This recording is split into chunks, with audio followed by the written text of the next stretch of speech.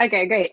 Hello, everybody. I want to welcome you to another great session. In this session, we're going to be talking about motion and animated notions. My name is Catherine D'Ignazio, and I'm actually going to be your capstone speaker tomorrow morning. So I'm really looking forward to that dialogue. But in the meantime, we have a great lineup. So I will hand it off. And I want to say if you have questions, please, I'll be monitoring the Slido, so please put them there and we'll try to raise up your questions and ask them to the presentations today.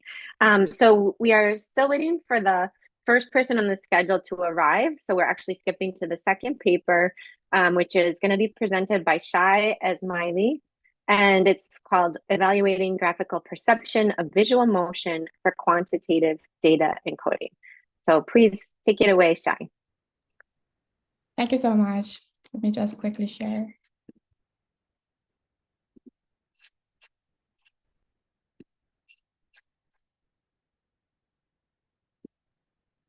Okay, so hello everyone. I'm Esmaeili, and I'm a PhD candidate from the University of Florida, and I'll be presenting a research on evaluating graphical perception of visual motion for quantitative data encoding.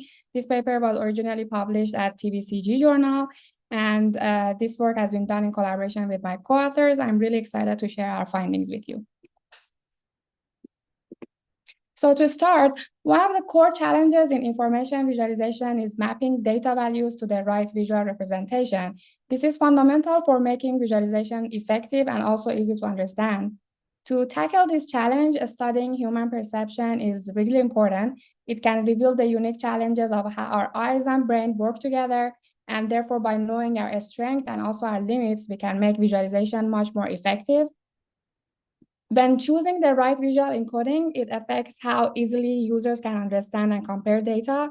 If we map the data to the right visual cues, therefore we can process it seamlessly with our brain. And therefore, these perceptually based techniques tap into how our eyes naturally work without adding extra mental effort. These encoding techniques often use features such as shape, color, size, and position because previous research shows our brain can process them effortlessly. For example, in a bar chart, the length of each bar shows the value. A scatter plot, we use position, and in heat maps, we rely on color, all of them without constraining our cognitive power. We know from prior research that not all encodings are equal, and that's where graphical perception comes in. It's all about understanding how well users decode the information that has been encoded in these visual elements.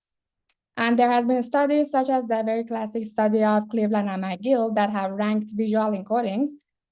Visual properties like position and length tend to be highly effective for representing numerical values. They're intuitive and they lead to high accuracy in human interpretation. These graphical encodings are great for displaying data, but they do also have limits. One issue is our perceptual capacity, meaning that we can only handle so much information at once. Also, in complex visualization with lots of data, too many dimensions can definitely overwhelm us. It can make it harder to understand, and it will increase the cognitive effort. Static graphical encodings also are not perceived well in dense displays and peripheral conditions. Another limitation of the human visual system is that visual accuracy drops off considerably in the periphery, and viewers typically will not notice change, nor they can analyze a large and dense information display without continuously scanning the entire display area. Another problem is that there is an implicit assumption that all of the perceptual and cognitive resources that we have can be devoted to the representation of data. But in reality, us users divide our mental resources between a large variety of representation and also perceptual codes that has been across views, windows, and also application, while our human perception and our use of low-level cognition is really limited. So considering this limitation, there is a necessity for us to explore new and innovative approaches for data encodings to compensate for these limitations. It can provide us with a more comprehensive and accurate representation of data, and ultimately it can lead to deeper insights and help us make more informed decisions. There are several studies showing numerous advantages of motion that can be used as another display dimension. By using the power of visual motion, we can introduce new and exciting ways to represent our data, which could potentially broaden the design space for information visualization. For instance, human vision is capable in quickly detecting movement and can also distinguish different types, patterns, and states of motion. Perceptually, motion can also quickly grab viewers' attention. People also have a stronger ability to perceive motion in their lateral view than any other graphical elements, which could lead to benefits in large control panel visualization or peripheral displays. Motion also has a strong grouping effect, meaning that things that move together in a similar fashion bring out the perception that they are in a group. Based on this quality, Bartram and Ware suggested that motion can be used for pre-attentive search and also filtering groups of data, and therefore it can be used as an encoding for categorical data. In addition, visual motion is already being used and employed in the visualization field, especially due to the advances in graphics and computational power in the recent decades. And current applications are highly using graphical motion to communicate information, for example, for showing transition, for representing movement in maps and scientific visualization, or to show temporal changes. Therefore, there are a lot of studies highlighting how motion can be useful in information visualization.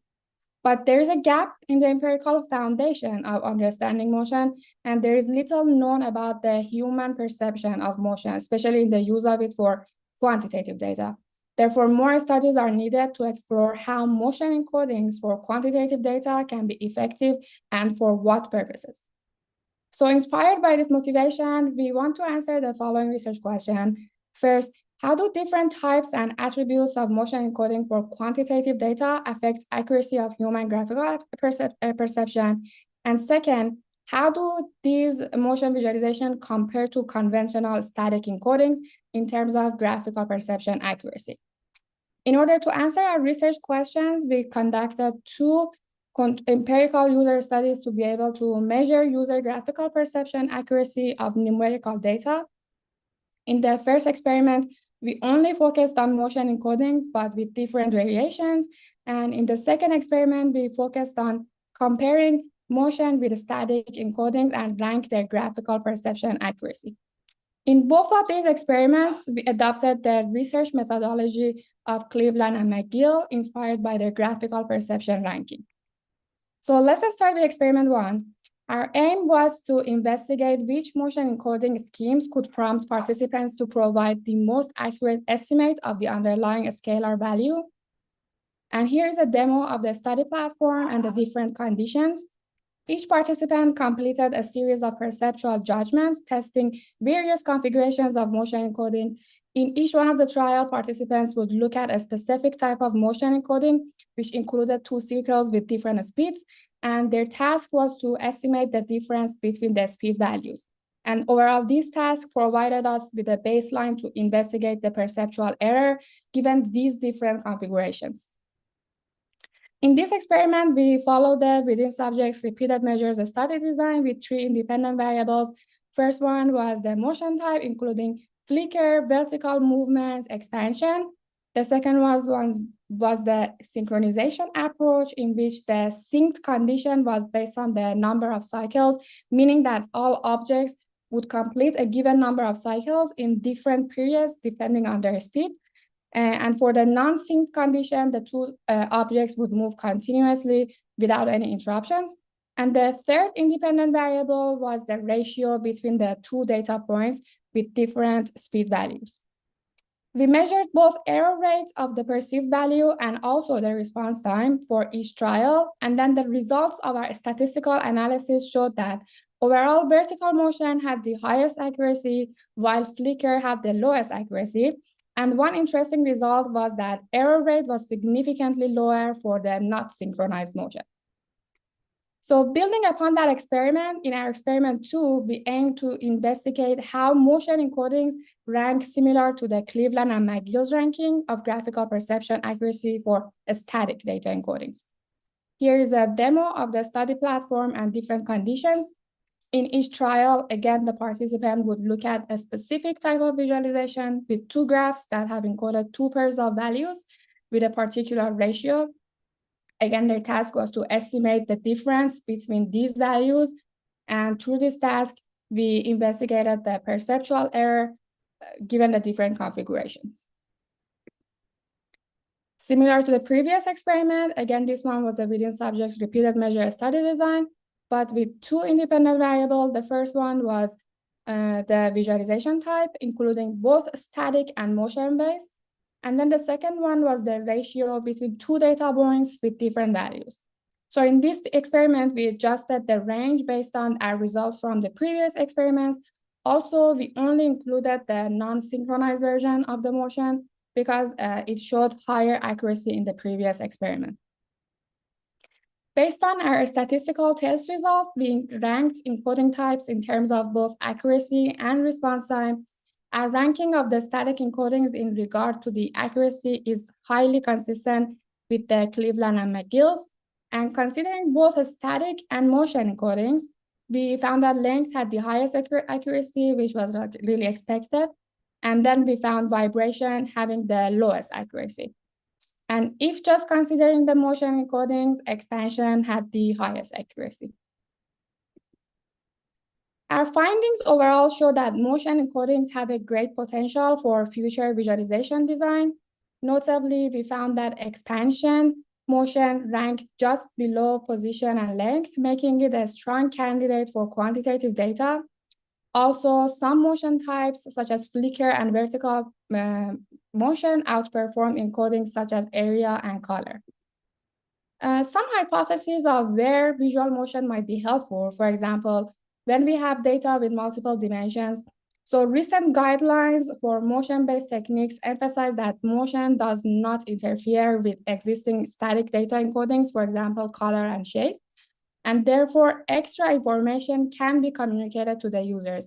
And this quality of motion makes it a great candidate as another display dimension in contexts such as map, heat maps, scatter plots for displaying multidimensional data. Motion is a pre-attentive feature across the visual field as well, and is effective regarding the user's cognition load, especially where areas of visualization where users using their peripheral view. Therefore, motion can be a great candidate for conveying numerical values in those environments or scenarios where we would use our peripheral vision, such as multi-view screens, environments, large displays. Finally, our results are over a particular value for expanding the design space of information visualization. Designers can incorporate motion qualities individually or as an additional data encoding dimension along with other visual cues.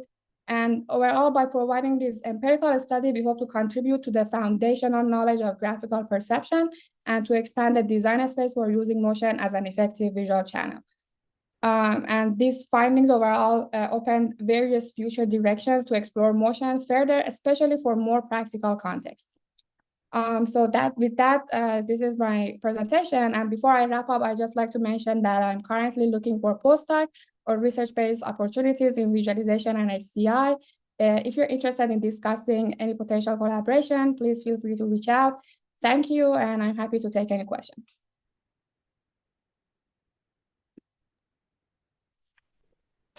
Thanks so much, Shay. This is fantastic work. I do not see questions in the Slido. So folks, please tell me if I'm in the wrong Slido. I think I'm in the right one. I think what I'm going to do from here is also ask our presenters here in Zoom to please ask each other questions. So if you want to ask each other a question, please just type it in the chat and then I can facilitate that. In the meantime, I was going to ask just a clarifying question around vibration. Can you just talk a little bit about what I was intrigued at this result that vibration had very low accuracy. And can you talk a little bit about what types of vibration you were looking at? Like what were you showing people that they weren't doing a very good job on?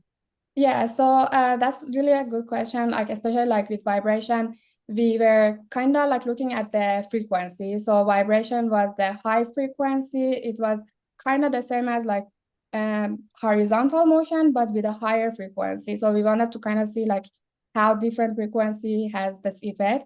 And as kind of expected, it gave the visual fatigue to participants because it was too much speed. And like for sure, like not all of these motion encoding types are good for like using in for like, you know, encoding the quantitative information. We should just see like for what kind of context is better. But for sure, we saw that like this high frequency, such as flicker or the vibration, is not good. That's fascinating. And then actually some of the examples that you were showing of the tasks, especially with the circles that were coming in and out, I was just thinking of being the user in the study and thinking that this was very difficult, actually. So there's like, to me, it's like very easy to decode perceptually, like which one is flickering faster, but like the exact amount or like the exact ratio seems like a very hard task. And so I'm wondering like how, in your measures of accuracy, were you measuring whether they got right to that number of like if this one is 2.5 faster than the other one? Or were you just judging something more qualitative, like, oh, this one is a lot faster, or this one is a little bit faster, or something like that? So we were like focusing on the first one. So we were judging like how many times faster, because we really wanted to see if they can, as you said, like this is kind of seems like really hard, just considering, but we wanted to see like, okay, if I'm looking at them, can I say like it's 2.5 times more than the other one? And it was really interesting to show that like expansion actually showed that it's working good. And some of the comments from our participants, like they said, like they kind of was watching it by kind of counting it in their head. Some of them were saying that it was just intuition, like intuition. We said like that, like this. So that kind of like give more information, but for sure we didn't like ask qualitative interview or something like that. But overall, like the quantitative part showed like very promising results. That's so interesting. Yeah, I was trying to think of how I would do that task, and I was thinking, okay, I'll wait for the slow one to start over, and then I'll count how many times the other one is flickering. I'm like, this is a very hard thing. Yeah. Okay, so there's a question here for you in the Slido, and this person says, I use motion in artistic data visualization practice, and I'm curious about its impacts on engaging users. Have you considered that? So have you considered the use of motion for artists making data visualization? That's like a very like fascinating, I think, area, and this is like really interesting to think about that. For this specific work, for sure, we just focus on, you know, the empirical part of it. Just see that like how, when we are comparing two things at a time, how does it work? So we can see like whether it has potential or not. But for sure, I mean, for art, it has, I can see like potential for future research that we can like see how we can use it, especially like in addition to other kind of data encodings, so that we can convey more information. Especially for this one is quantitative data, but previously it has also been shown that for categorical data motion works. So these can also be used as embedded, so we can convey more information. So for sure, I can see that. I don't have like a specific experience on the artist part, but that's really fascinating. Great. And then actually one more question for you, and I think we have time because I think we may end up with one less paper than we expected on this panel. From Alexander Roden asks, and I think actually this might be a question across the panel that is relevant, but have you considered concerns for epilepsy in regards to motion and data visualization? Yes, of course. Like for not like systematically, but before we like design this, like for example, vibration or anything like that, first like we did some pilot studies with some participants to see how they feel about like this visual fatigue and like the speed. Also, like I checked into some previous research papers that were showing like how much speed is, first of all, like for the lowest speed is how much is recognizable by our eyes, and how much is the most, which is like considered like highest speed that we can. So we had that in mind when I was like designing the study, but I would say this is because this is just two things at a time. It's okay, but when we have like a large display and dense display, that's actually like our future work that we are working on. when we use motion on top of everything else, that's actually going to be a very, very much important concern to look at. Excellent. Thank you so much, Shay. Great Thank you. presentation. So next up, we have Lijie Yao. And actually, she's going to be presenting two papers, but we'll talk about one and have some questions, and then we'll talk about the other one and have some questions. But good work, Lijie, for having two papers. And so the first paper that we're going to discuss is user experience of visualizations in motion, a case study, and design considerations. So yeah, Lijie, please take it away. Yeah. Can you see my screen? Looks great. Okay, so let me start.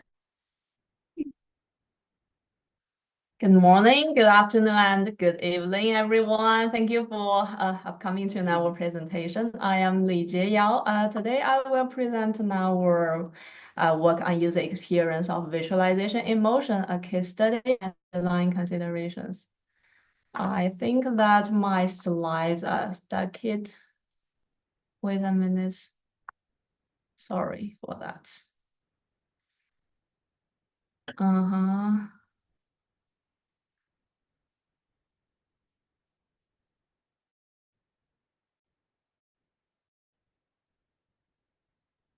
Okay, visualization in motion is defined as visual data representations used in context that exhibit a relative motion between a viewer and the entire visualization.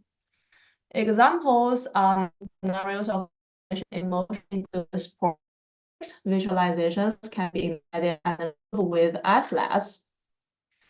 In immersive environments, people can move around and read a visualization from different perspectives. In video games, in-game visualizations are widely attached to game characters and move with them. Previous work explored how motion characteristics can affect the perception of visualization. Recent work explored the impact of motion factors on design process. However, it is still unknown how good the user experience is of visualization in motion and how to design it. To answer this question, we selected video games as our test bed because video games already contain a lot of in-game visualizations which are under motion.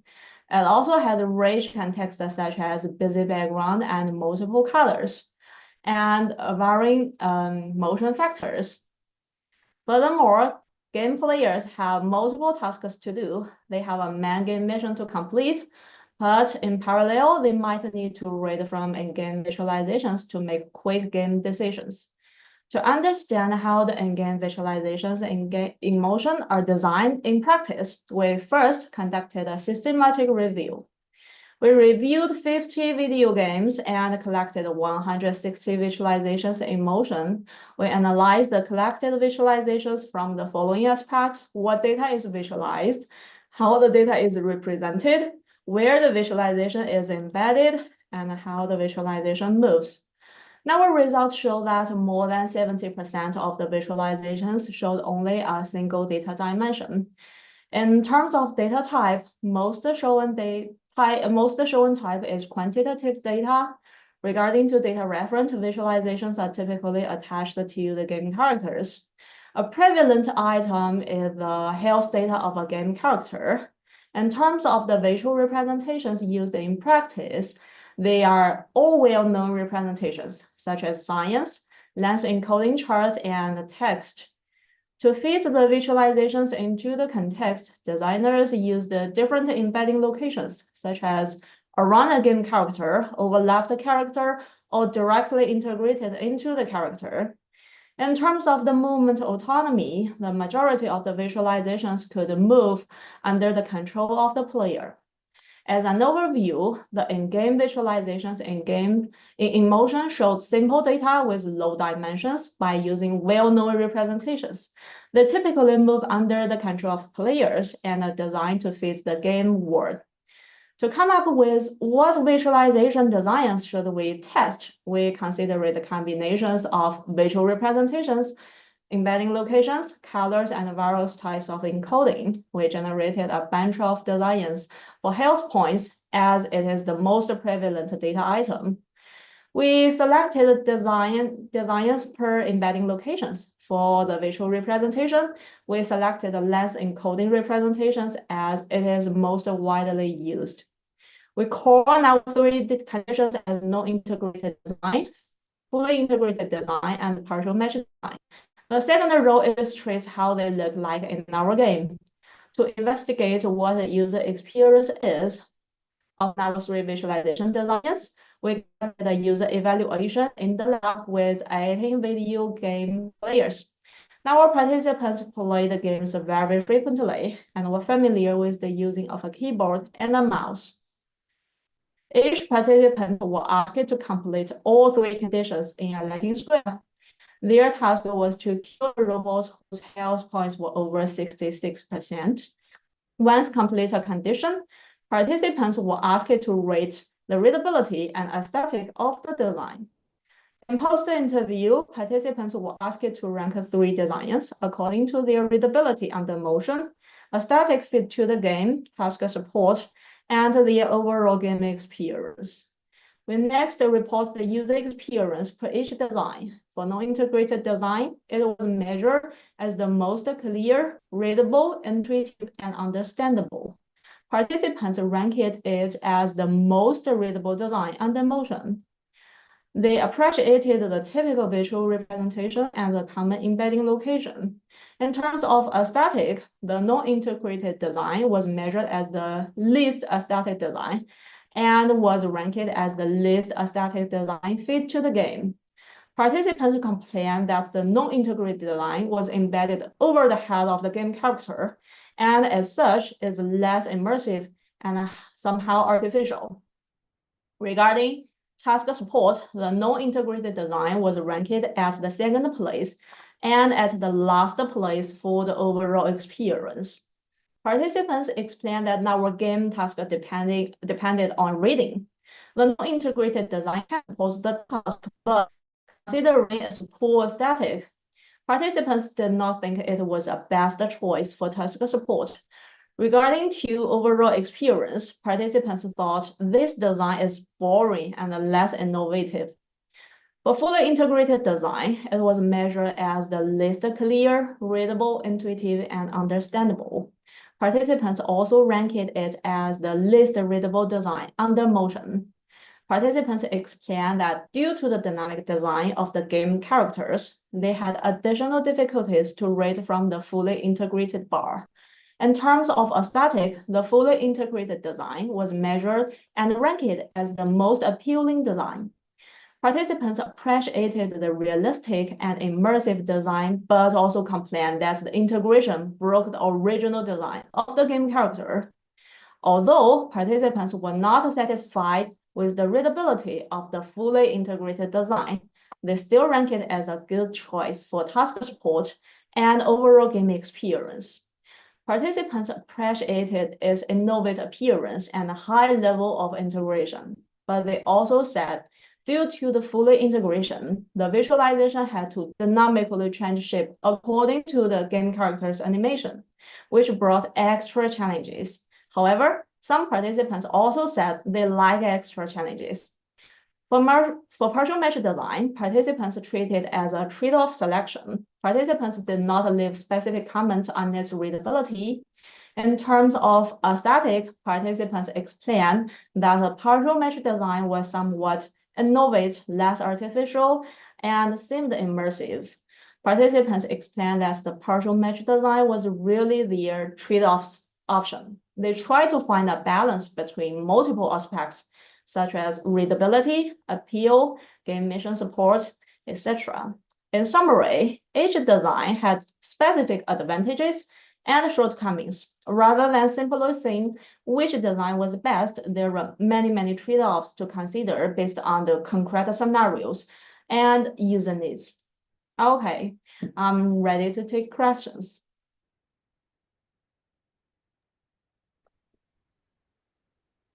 Great. Thank you so much, Lijie. Let me just see. There are not questions yet in Slido, but if folks have questions, please put them in. Yeah. I have a question. So it seems very logical to look at visualizations in motion for video games, given that that is a very prevalent aesthetic form. But then I'm wondering did you look in other domains, and in what other domains is it common for the user to see visualizations while something else is moving? Like, what are the other application scenarios? Yeah, actually, there are a bunch of application scenarios for visualizations in motion. For example, video games is a use case, a prevalent use case. Another broad use case is sports analytics, like in Olympics, that we can see some embedded visualizations following the swimmers, or in other sports like basketballs, that to tell the audiences about the data analysis and engage them into the races, help them to understand what happened in the race.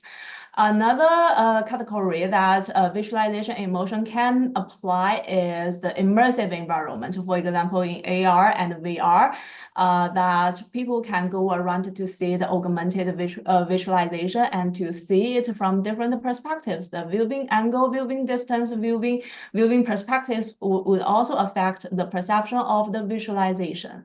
A third category of visualization in motion is when both visualization and the viewer are under motion. For example, when running, when the user is running, they try to read something from their smartwatches.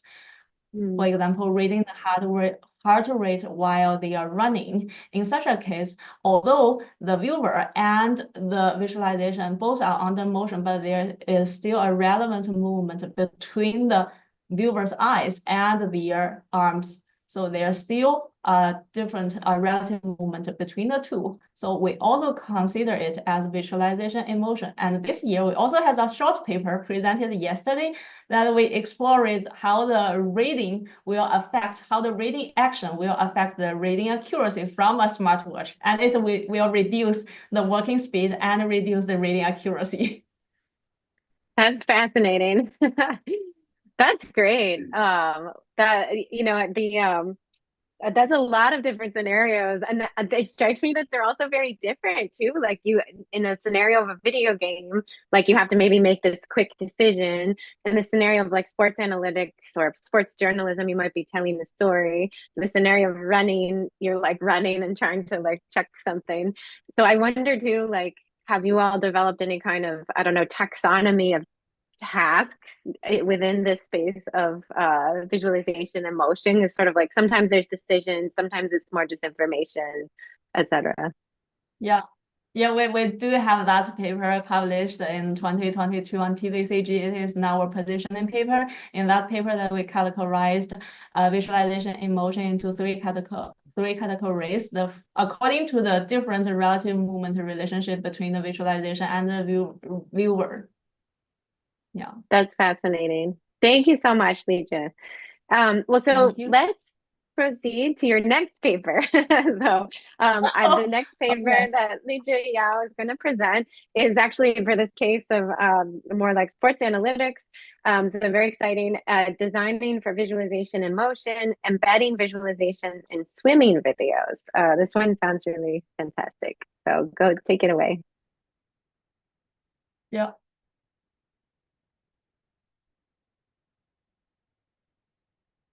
Can you see my screen? Looks great.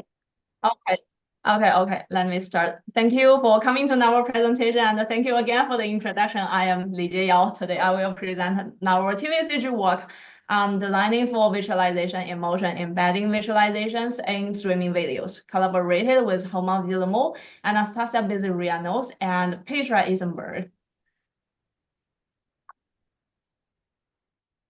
Visualization in motion is defined as visual data representations used in context that exhibit relative motion between a viewer and an entire visualization. Previous work have explored how motion characteristics can affect the perception of visualization. Empirical results show that although faster speeds and irregular trajectories would lead to more errors, people can still get reliable information from visualizations in motion. However, how motion factors can affect the design process of visualization remains an open question. To answer this question, we selected swimming as our application scenario because swimming has rich, dynamically updating data. and already contains some visualizations in practice. Also, the movement trajectory in swimming is close to linear, which could better support perception. To investigate what data are already visualized in actual races and what data can be visualized, we first conducted a systematic review. The races that we reviewed include all strokes and 5 race lengths. We first review what data has been visualized and how the data is represented. Second, we review the movement status of the visualization and its situatedness. The outcomes of our systematic review is a first data matrix on swimming. We classify the data according to its updating frequency. Dynamic data is the data that keeps changing during the race, while static data will not change. We can see that only a small portion of the available data has been visualized. That means there are still many opportunities for embedding visualizations in swimming. However, an upcoming question is, what data are interested in seeing by general audiences? To answer this question, we conducted an online survey to explore the real data needs of general public. Our survey recruited 80 swimming associates living around the world. Our participants were very familiar with swimming races and watched frequently the swimming broadcasts. We asked participants to rate their interest level in seeing each data item. Our results show that, in general, people have a high interest level to see more visualized data in swimming races, especially the data related to differences between swimmers, the data of swimming techniques, the swimmers' metadata, and the predictions. For example, the distance differences to the current leader, the reaction time, the diving distance, the personal record, the estimated record break, and the estimated current lap. Nevertheless, the existing representations in swimming races are too monotonous to show various data. Thus, to elicit visual representations of swimming data, we conducted an ideation workshop with 7 visualization practitioners. We asked participants to sketch designs per data item on transparent sheets. We then asked them to present their designs, and finally, all participants voted for their favorite design. Our participants totally designed 46 visualizations in representations of graphics, text, lines, and charts. During our ideation workshop, we found that sketching was not efficient enough for motion context because the swimmer's movement as well as the expected motion effects between the visualization and the swimmer were missing. Also, the data binding and updating were lacking.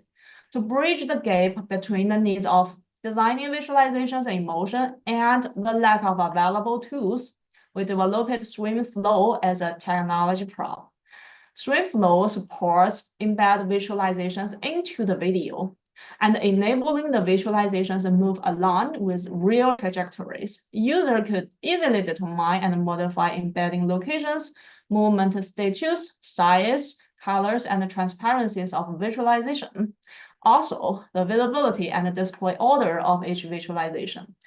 Additionally, SwimFlow provides shareable links for users to advertise their final designs on social media. To understand how and to what extent users can benefit from SwimFlow in designing visualizations in motion, we conducted a design evaluation with 8 graphic designers. Our participants had rich experience in graphic and visual design. Participants were asked to design swimming visualizations for general audiences by SwimFlow. In phase 1, we provided a stripped-down version of SwimFlow by hitting the play controllers of the video.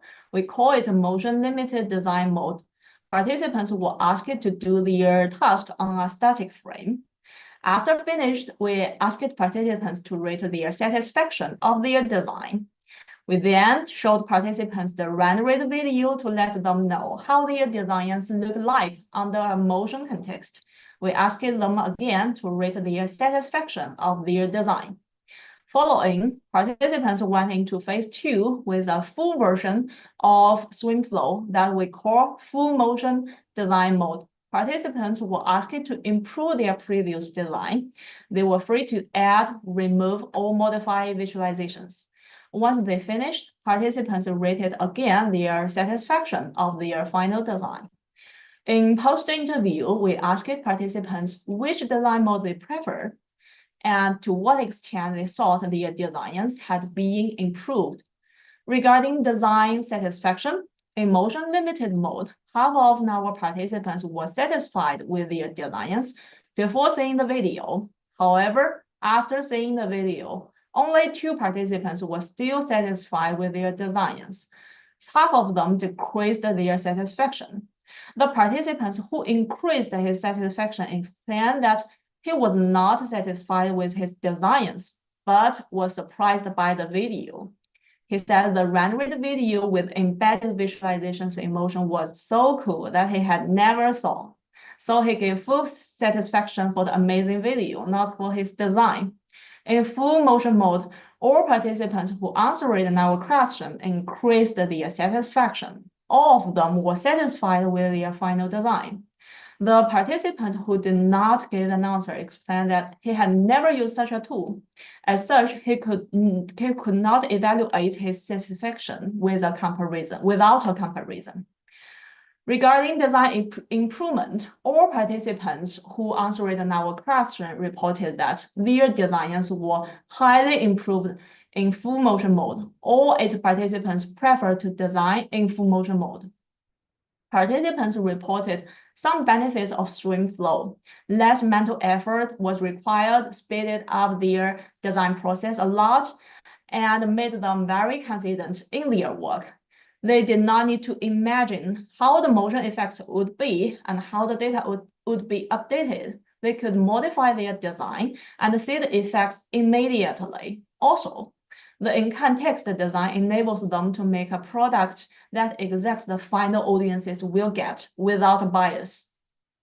Participants also asked for other features, including design in a more flexible mobility way, like sketching, and functions to draw attention, like animation and keyframes for highlights. In summary, we first did data exploration and design ideation. We explored data availability and real data needs for swimming, and elicit visual representations for swimming data. We next developed a technology prop, stream flow, to support embed visualizations in motion in streaming videos. We end up with a design evaluation. We clarify the benefits of design visualization in motion by stream flow and collected expectations that need further work. Thank you for coming to our presentation, and I'm now ready for questions. This is fantastic, Lijie. It's super. The swim flow probe looks really fantastic.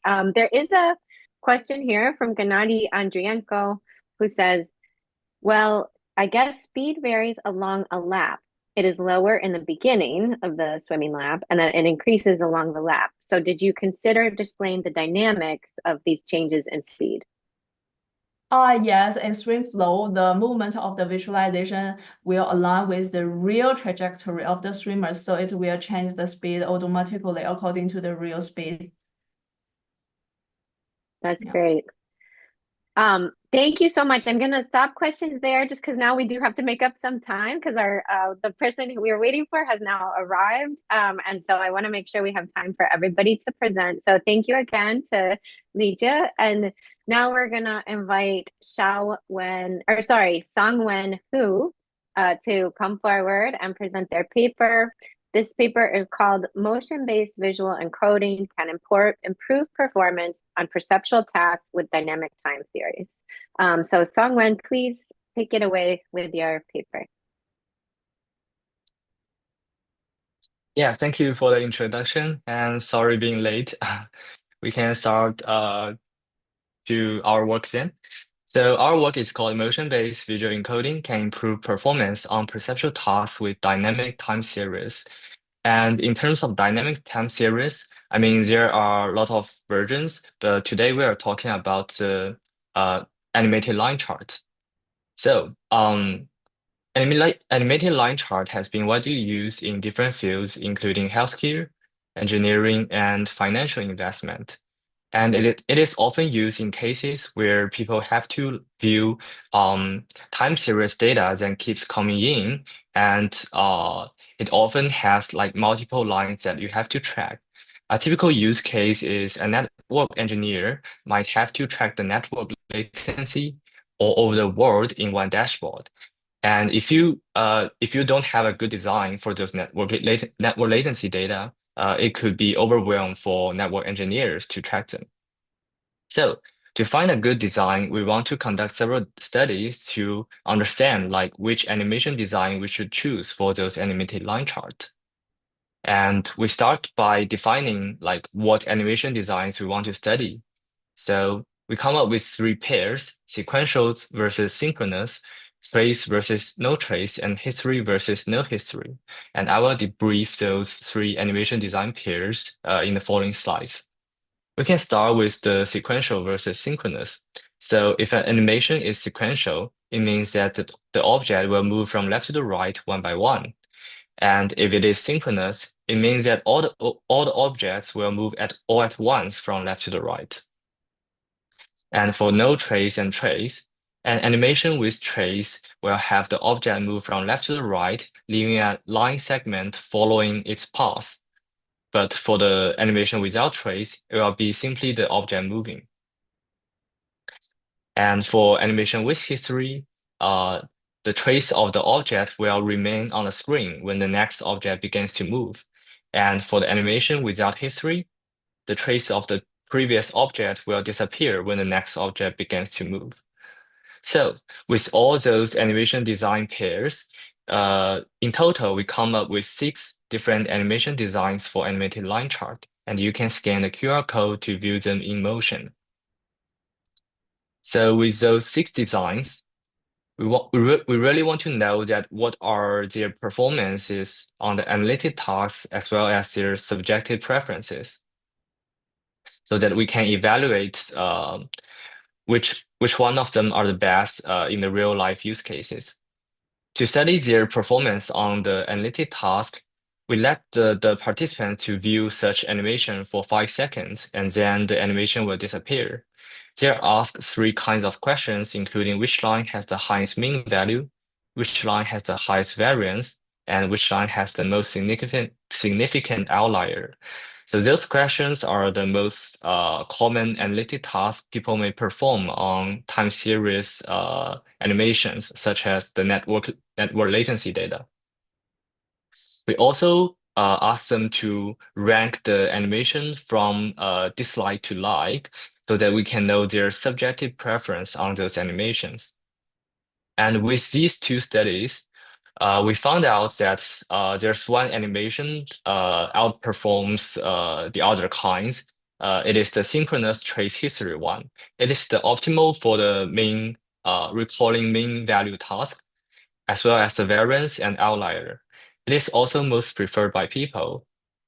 And another interesting we notice here that the second preferred animation, sequential trace history, is not performing as good as the sequential no trace history, which is the third preferred animation.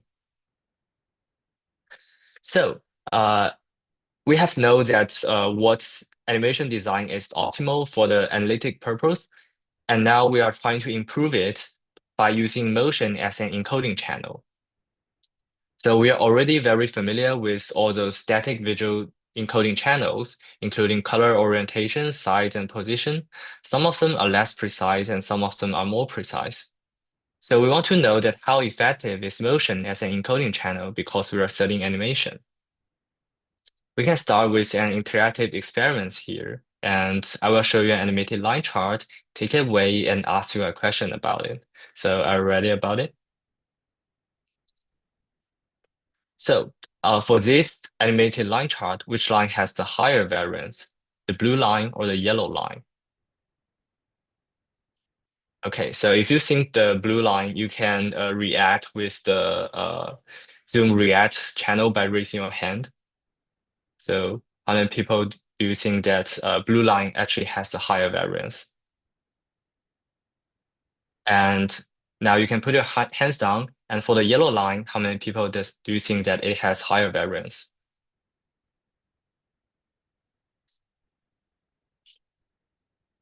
Okay, so I guess people are getting the right answer on this. So the blue line actually has the higher variance. And if I tell you that this animation has the encoding of motion, which means the line with higher speed means it has higher variance, does it mean clearer that this seems more obvious to you that the blue line actually has a higher variance? You can observe the animation to find out like the relationship between speed and variance. And if you do think so, it matches our finding that people can really take advantage of the motion encoding when they know that what speed is correlated with. And such finding can also be applied to the mean value, as we found out that when people know that the line with higher speed means the line has higher mean value, people are more accurate when they are trying to retrieve which line has the highest mean value. However, it does not always work. When we are trying to correlate the biggest outlier with the highest speed, we found out that it actually hurts people's perception on finding the line with the biggest outlier. So let's wrap all the key findings we have for this paper. So for all those animation designs for an animated line chart, we found out that the synchronous trace history is the best, while the sequential node trace history is the second best. So if you're going to design a dynamic line chart, be sure to use the synchronous trace history as it is performing the best for the analytic tasks. And you can also use motion as an encoding to enhance people's memorability of the data you're trying to convey. However, be sure to let people know that what speed represents for, and be sure to avoid encoding outlier with motion. And that's all. Thanks for all our collaborators, and you can scan the QR code for our full paper. Thank you. Great. Thank you, Songwen. Really nice work. I don't see any questions in Slido, but I would like to ask a question. I thought that was very interesting how definitive the results were. And then I thought the finding about encoding motion and people needing to know what's being encoded is important. But then what would you, especially on one of these dashboard visualizations, in the case of the network engineer, how would you propose people tell the user what's being encoded with motion, especially in a situation where there's so many of these things going on and different things are being encoded and with motion in different visualizations on the same space. Like what do you propose as a way to train people or tell them that or give them that information? Yeah. So for that, in this work, we only study the effect of motion, but I would also recommend that if we can combine motion with like other cues, including like hues and opacity, I think it will further enhance people's perception of indicating like which line has the most significant value, things like that. And I think a tutorial would also be helpful. Mm-hmm. And do you think it would be confusing, for example, in a situation of multiple charts, if motion is being used to encode one thing in one chart and one thing in another chart, would that confound perception at some level? Like, would there be a case where you would want to say motion should always be used to encode this one thing across this set of charts? I mean, I know your study probably can't answer that, but I'm wondering what your guess is here. Yeah, I think intuitively, I would suggest encode motion with only one variable, like consistently among all those dashboard. Otherwise, I think that would be like perception conflicts for users to look at those animations. That's great. Thank you so much. All right. Yeah, We thank you. will now proceed to our next presentation.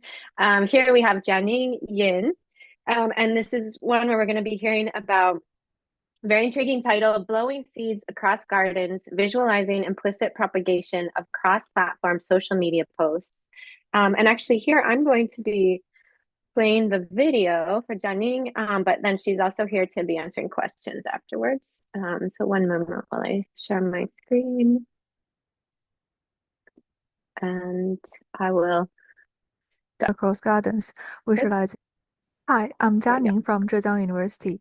Today, I'm going to introduce our paper, Flowing Seeds Across Gardens, Visualizing Implicit Propagation of Cross-Platform Social Media Posts. Nowadays, there are many social media platforms.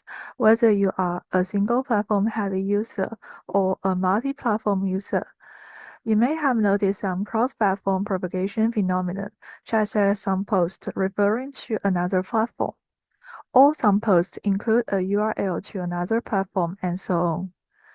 While many visualizations have focused on how information spreads on single platform, few have explored cross-platform information propagation. Understanding how information propagates across different platforms could assist in analyzing user behaviors, designing marketing strategies, and preventing harmful content. Therefore, our work focuses on the visual analysis of cross-platform propagation. Previous works on visualizing social media propagation are not suitable for cross-platform analysis, and they primarily rely on limited user interactions such as reposting, which is not enough to reveal cross-platform propagation. Several visualizations have considered multiple platforms, but they merely leverage multi-platforms information to gather comprehensive insights, lacking a focus on the direct revelation of cross-platform relations. Reviewing models and algorithms, they also have issues such as focusing on specific cases under limited patterns, lacking interpretability, and requiring a considerable human workload. Therefore, for cross-platform propagation, our solution is as follows. We cluster the posts from various platforms by topic. Then, using visual metaphor, we compare the cross-platform propagation of topics to the communication between flowers in different gardens. Play the propagation animation. See each topic's propagation path. Click on seed along the path to see notable cross-platform cases. For details within a particular topic, we can further expand and delve into the exploration. The visualization is also based on the visual metaphor of communication between gardens. Right-click to delve into this topic. See the cross-platform propagation between specific posts. To achieve such a visual analytics system, we face several challenges. First is the complexity of mechanism. The driving forces behind cross-platform propagation can vary significantly in different situations. Second is the difficulty in inferring implicit propagation. While information spread within a platform is usually visible due to functions like reposting, cross-platform propagation is difficult to obtain directly. Third is the scalable visualization of multifaceted information, given the complexity of social media data. To address the first challenge, we systematically summarize the cross-platform diffusion patterns and their underlying mechanisms. To address the second challenge, we design a cross-platform influence model to calculate the cross-platform propagation likelihood and identify pattern type at topic or post level. To address the third challenge, we propose a novel visual metaphor, comparing cross-platform information propagation to the exchange between gardens. The experts can use our system to explore the cross-platform propagation of an event and uncover meaningful insights. We collaborated with domain experts to analyze extensive social media data, from which we derived a summary of patterns as follows. There are three primary patterns of cross-platform diffusion: diffusion among the accounts held by the same entity, diffusion driven by account positioning, and diffusion driven by content. Due to time limits, we only briefly introduce the second type of pattern here. The second pattern is the diffusion driven by account positioning. Some accounts pay close attention to certain information on other platforms due to their account type, resulting in frequent cross-platform propagation activities. These accounts can be further divided into three mechanisms. News media accounts. They capture and amplify specific information from various platforms. Fan accounts. They always focus on a celebrity about whom they frequently share updates sourced from other platforms. And subsidiary work accounts. For example, the Weibo account U.S. Embassy regularly shares content of the U.S. ambassador's tweets. Several attributes or behaviors can assist in identifying this pattern. Based on the above summary, we have identified significant factors for estimating cross-platform propagation likelihood and build our model based on these factors. Our model can calculate the likelihood of a topic's propagation from one platform to another, primarily using three factors: content relevance, KOL influence, and information salience. Within the same topic, our model can further calculate the propagation likelihood between two posts. This calculation primarily takes into account factors such as content relevance, user relevance, history relevance, and recency effect. Based on the computation results of related indicators, our model can also identify the type of cross-platform diffusion pattern. Through expert interviews, we summarize the design requirements. Based on these requirements, the visualization design is as follows. Timeline view is mainly aimed at meeting requirement 3. After selecting the desired event and platforms, the expert can see the variation in posting volume on each platform over time by browsing the timeline view. Select the time frame. The detail view and propagation view will present the propagation, cross-platform propagation of topics during that period.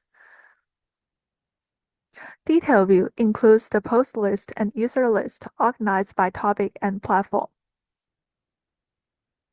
In propagation view, the experts can see the cross-platform propagation likelihood of these topics. The propagation view consists of flower glyphs and propagation passes.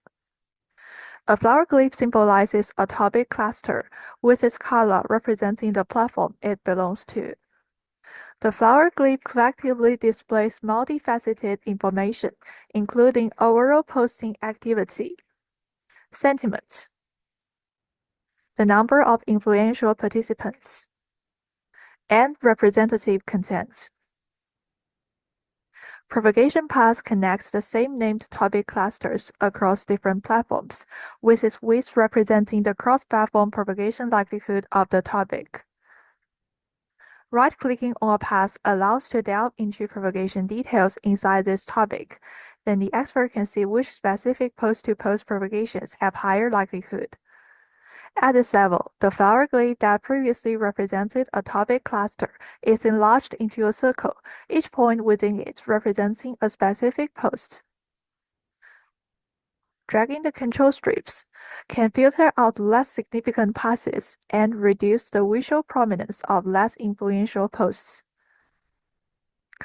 The width of the path represents the propagation likelihood between posts. Left-clicking on a path can see its diffusion pattern, the detailed information of the two posts involved, and the history relevance between the two posting accounts. To validate the effectiveness of the system, we invited domain experts to conduct case studies based on two real-world datasets.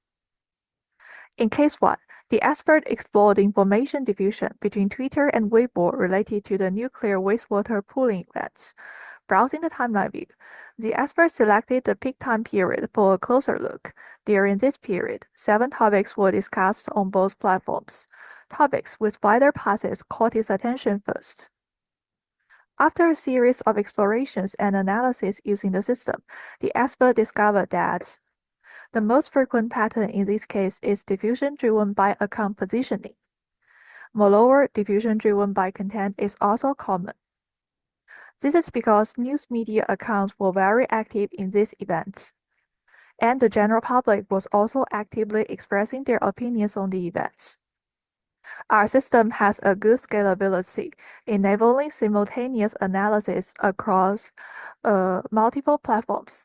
Case 2 studies the cross-platform propagation about the US 2024 election among Twitter, Facebook, and Weibo. It revealed a clear trend from Twitter to Facebook and Weibo. Through expert interviews, the experts provided positive feedback on the system's usability, the effectiveness of the visual metaphors, and the helpfulness of the model. The experts also offer suggestions in aspects such as layout and multimodality. In conclusion, Our work is the first one focusing on visual analytics of cross-platform information propagation. Our contributions are systematically summarize the cross-platform diffusion patterns and propose a novel model that calculates propagation likelihood. Propose novel visual metaphors to intuitively present propagation process, and our system offers a comprehensive paradigm for studying cross-platform propagation. Validate effectiveness through case studies and expert interviews. In the future, we plan to make improvements based on the suggestions in the expert interviews. That concludes my presentation. Thank you.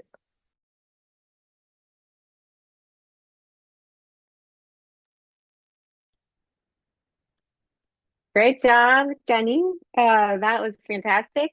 And so I don't think we have Slido questions here, but I have a question before we proceed to the next one. I think this is a fascinating system. And I was wondering actually how you imagine, I mean, I guess people would first, in terms of like somebody using the system, they would need to acquire a data set first. Is that right? Like, I'm just actually kind of wondering how you created the system, given the fact that so many of these platforms these days are closing their APIs and or charging so much money for their APIs that it's becoming, oopsie, it's becoming increasingly hard to study these systems. So for the scholars and experts that you're trying to work with, I know this is a very salient concern, which is like nobody can even study the systems because we can't get the data anymore. But how did you all navigate this? Actually, there are still many social media platforms that are available for their APIs. That's the source for our data. And in fact, nowadays there are many hot social media platforms. There are different modalities, such as some are text-based, some are video-based, some are image-based. So it's very interesting to study how the information, which is originally a text image, when you propagate to another platform, is transformed into a video message or an image message. So there is a huge space for us to study regarding to the cross-platform propagation. Yeah. Thank you. Yeah, no, I see so many. I mean, my background is actually in looking at civic media information ecosystems, and I see so many interesting applications if folks had, if researchers specifically had these tools available to them. One that occurs to me, and then I'm curious to hear examples for you, but one that occurs to me is specifically for looking at misinformation and like how misinformation propagates across networks and platforms. And I was wondering if did that come up as a use case, or what were the most frequent kind of use cases that the folks that you interviewed about the system suggested?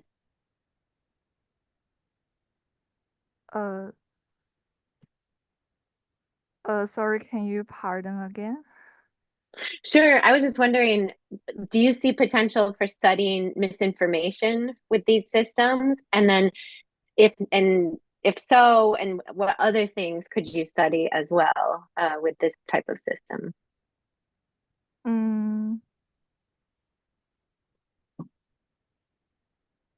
Does that make sense? No? The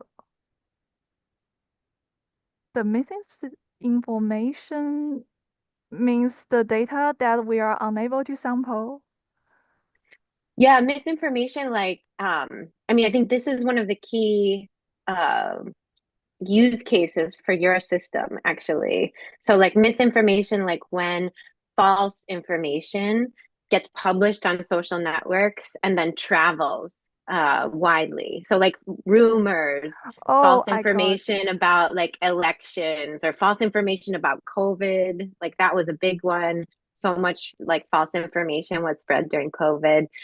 So I see your tool as a real potential for studying misinformation. Yeah, using our system can detect the source of some harmful content so that we can trace to them and correct them.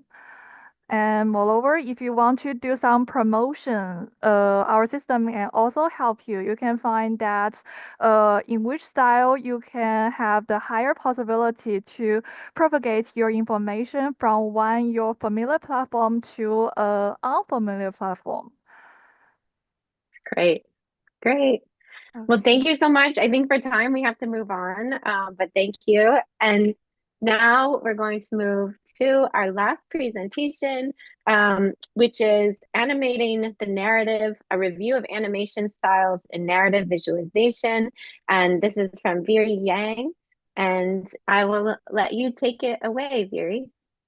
Okay, thank you, Catherine. I'm going to share my screen.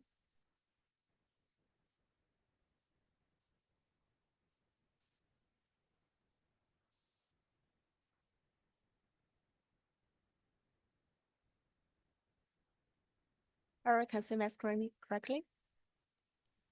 Looks great. Okay, thank you. Hello, everyone. My name is Viri Yang, a PhD researcher from Louisiana State University. And today, I'm so excited to share our explorations of the design space in narrative visualization focusing on animation styles. This work collaborated with my supervisor, Mahmoud Jassim. Thank you. And imagine data not just as static numbers or chart, but as a living story. Something that moves, interacts, can bring information to life. We're witnessing a shift where animation narrative visualizations is more than just a tool for data presentation. It's becoming a medium for engaging storytelling.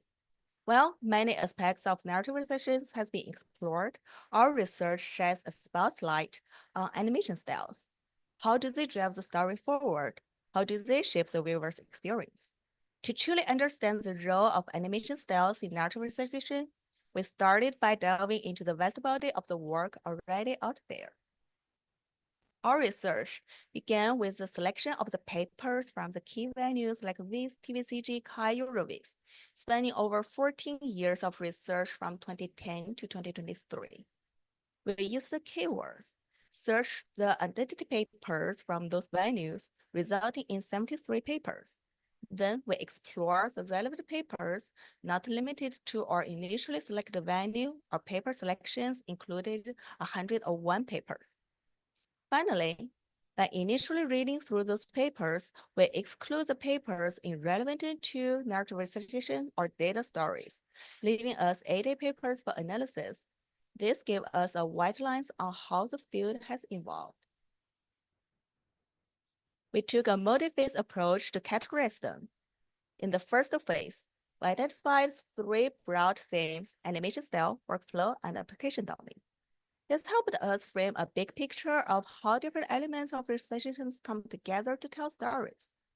In the second phase, we delved slightly deeper and exploring more nuanced aspects like interactivity, technology use, and evaluation type.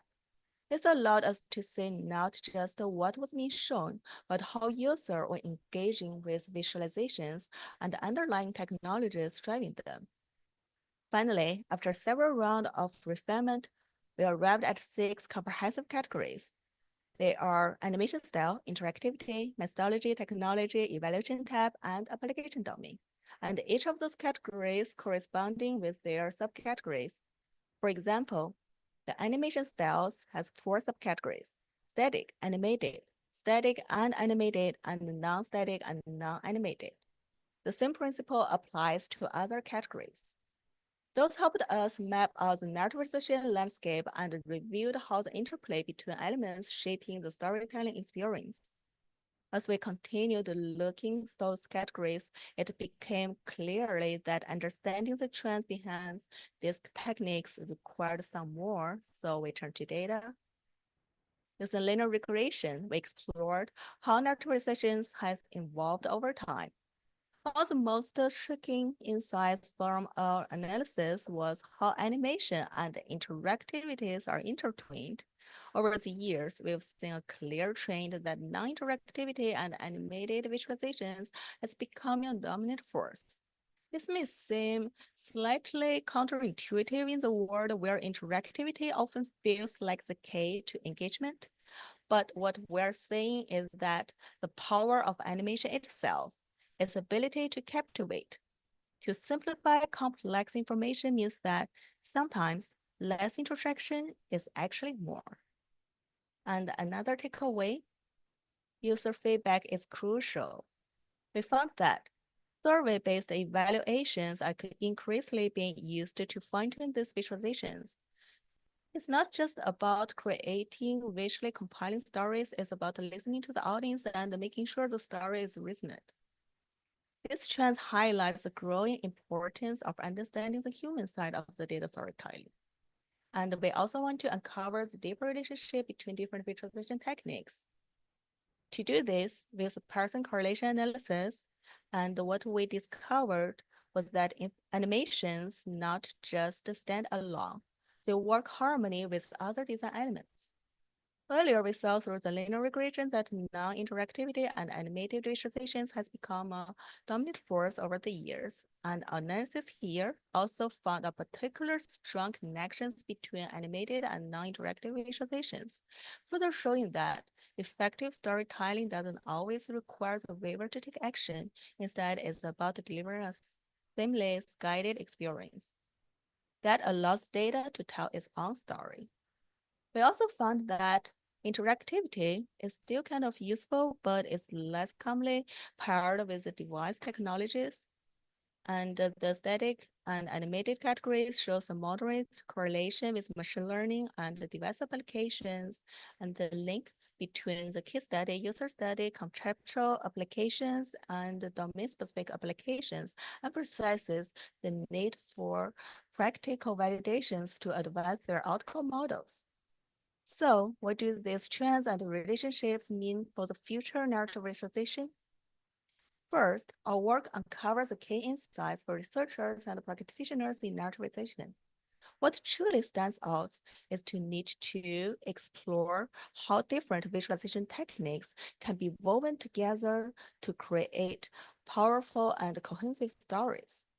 But what's really interesting is how these visualizations can be used in different contexts. We found that grounding their outcome models in real-world examples, like case study and conceptual applications, brings enormous value. It reminds us that while we are shaping stories, it's the audience who ultimately decides how well those stories are received. And by the incorporating of this feedback, we can make visualization more meaningful and impactful. Lately, as the techniques like machine learning become more integrated into narrative visualization, we must be mindful of ethical considerations, ensuring transparency, fairness, and accessibility in the story we tell. In conclusion, our study offers a comprehensive review of animation styles in narrative visualization, providing key insights and future research directions. By understanding these trends and relationships in this field, we can push the boundaries of what's possible in narrative visualization. The goal is clear: create visualization that not only inform, but inspire.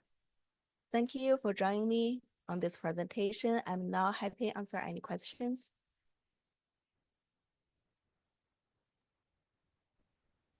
Great. Thank you so much, Fury. This is fantastic. That's so interesting about the finding about non-interactive and animated visualizations.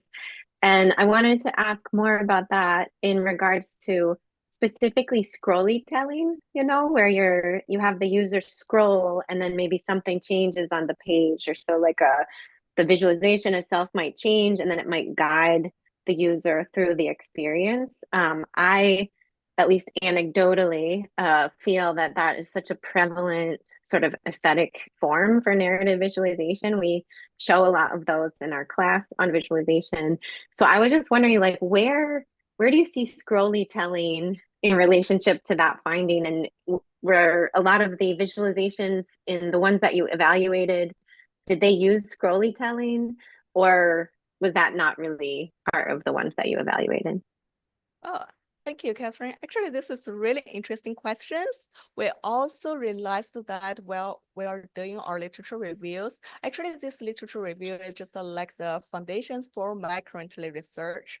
And actually we have a couple of papers in our data set. It kind of involved like the scoring techniques to show their narrative position. But I can't exactly remember the numbers. Maybe less than 5 papers really involved this kind of techniques. And our majority papers, and they just prefer let the data tell the story by itself when they involve the animation functions in there. So that's why we put that as our major finding here, because it's kind of counterintuitive, right? Yeah. So it's Yeah, I mean, I feel like I have seen a trend towards like I would say 5 to 10 years ago, like, and I'm thinking really specifically of like more like news organizations and journalism. I feel like people are putting out there some very complex data visualizations and then, kind of showing off like sort of bells and whistles, and you could do lots of different things. And now, I mean, I feel like your findings do corroborate with my anecdotal experience, but now I just feel like I see more of these more like guided experiences, and almost like less options and more guiding, more kind of overt storytelling and curation of the story. But does that jive with what you found? Actually, what we're finding currently, because our research, I said that also in my limitations in my paper, we only covered like the past 14 years and the major research, and we found all this paper based on the keywords we searched from the IE Explore libraries and also Kai libraries, something like that. And so far, for this paper, we're just getting like the trending for recent research, and more people, they're preferring to use the data much more like the education and just let people understanding the complex informations better. Or some like the professional informations and it's complicated, and where the designers use the narrative visualization and making all those kind of informations much more understandable and reasonable. So maybe that's the reason all those kind of complex interactions, people not really stop, people just less use them recently. Yeah. That's great. Well, in any case, I think this typology that you have here is also really helpful, as well as starting to look at machine learning, the role of machine learning in producing narrative visualizations. I think that's fascinating. So yeah, I want to thank everyone. We're a little bit over, we're out of time. I think our session actually does cut off if we go too much out of time. So I just want to thank all of the presenters for these great papers. I feel like I learned a lot about the sort of state of the art of motion research and visualization. So thank you everyone for your great work. And I hope to see everybody tomorrow at the capstone where I'll be giving a talk. So thanks everyone. Have a great rest of your day. Bye-bye. Thank you. Bye-bye. Thank you. Bye-bye. Bye bye. Thank you.